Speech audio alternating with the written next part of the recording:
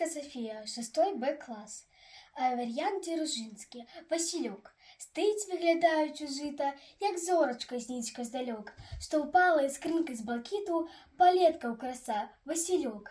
Коли розцвітає цвіт, на полі яще гарячей, бояє, квітнеється літо, і фарби природи ярчей. Стоїть, поглядає з погорка, як зорка однекуль здалек, частинка любимой сторонки, частинки землі, Васильок. Владимир Ліпський. Узлёт орла. Город Мазыр – старожитный город, и он стоит на высоком березе реки Припять. И можно легко уявить, чему наши далекие продки облюбовали это место для своего поселища.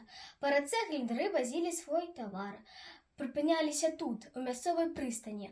Припять кормила жыхароў самой рознай рыбай. Вода давала силу млынам, поила людей и их огороды. На высоких мазырских горках поселенцы ладили свои хаты, дворышчы, развивали промыслы, вучили детей любить землю.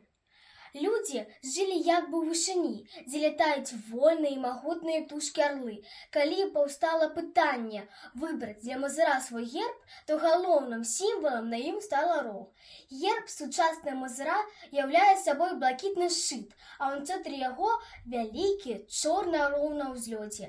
Крылы яго у шыркі, дзюба і лапы залатыя, распушчаны хвост утвораны як бы са сярэбранай ялінкі.